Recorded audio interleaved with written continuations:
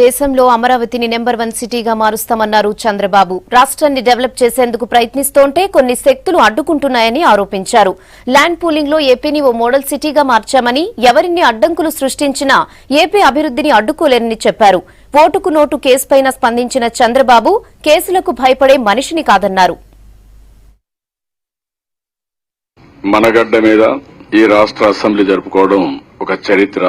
మామూలుగా అయితే హైదరాబాద్ లో 10 సంవత్సరాలు ఉండే హక్కు కూడా కల్పించారు. 10 సంవత్సరాల లోపల మన అసెంబ్లీ గాని, సెక్రటరియట్ గాని ఇన్ఫ్రాస్ట్రక్చర్ క్రియేట్ చేసుకోలేం కాబట్టి 10 ఏళ్లు ఉండమని చెప్పి ఆ రోజు హక్కు కల్పించారు. ఈ రాష్ట్రంలో చట్టాలు ఈ రాష్ట్రంలోనే పాస్ చేసే పరిస్థితి ఉండాలి. పరిపాలన కూడా ఈ రాష్ట్ర పరిపాలన ఇక్కడి నుంచే పరిపాలన రావాలి. ముందు ఇక్కడికి వచ్చినప్పుడైతే అసలు రాజధాని ఎక్కడ పెట్టాలి అనే దానిపై కూడా సందిగ్ధం. దానిపైన కూడా కొంతమంది కావాలని అటు ఇటు ప్రజల్లో ఇంకా అనైక్యత తేవాలని లేనిపోని సమస్యలు సృష్టించాలని ప్రయత్నం చేశారు. అక్కడి నుంచి కాదు, సెంట్రల్ ప్లేస్ అయినా ఉండాలి, అందరికీ ఆమోదయోగ్యంగా ఉండాలి అనే ఉద్దేశంతోనే అసెంబ్లీ ఇక్కడని చెప్పి ముందు నిర్ణయించాం.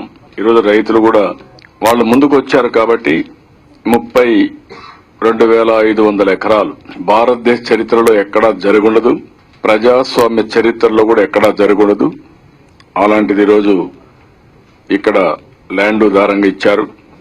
మనం కూడా ప్రభుత్వం అదే మరి వాళ్ళకి అన్ని విధాలు ఇచ్చాం. భారతదేశానికే ల్యాండ్ ఎక్విజిషన్ ఒక ఆదర్శంగా ల్యాండ్ పూలింగ్ అనేది ఒక మోడల్ కింద తయారు చేశాం. ఉంటాయి కదమ్మా, ఇప్పుడు కొత్త ఉంది చాలా సార్లు ఇచ్చారు కదా. ఇప్పుడు ఒకసారి 26 కేసులు వేశారు కదా నా మీద, 1-2 వేసింది, వీళ్ళు వేస్తూనే ఉన్నారు.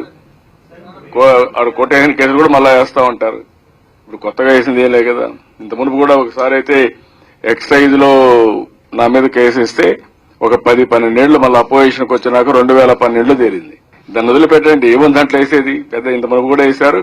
సుప్రీంకోర్టు జడ్జిమెంట్ లో స్ట్రిక్చర్సే పాస్ చేశారు. అప్పుడంతా వేసినట్టే నేని ఏమైంది, ఏం కాలేదు.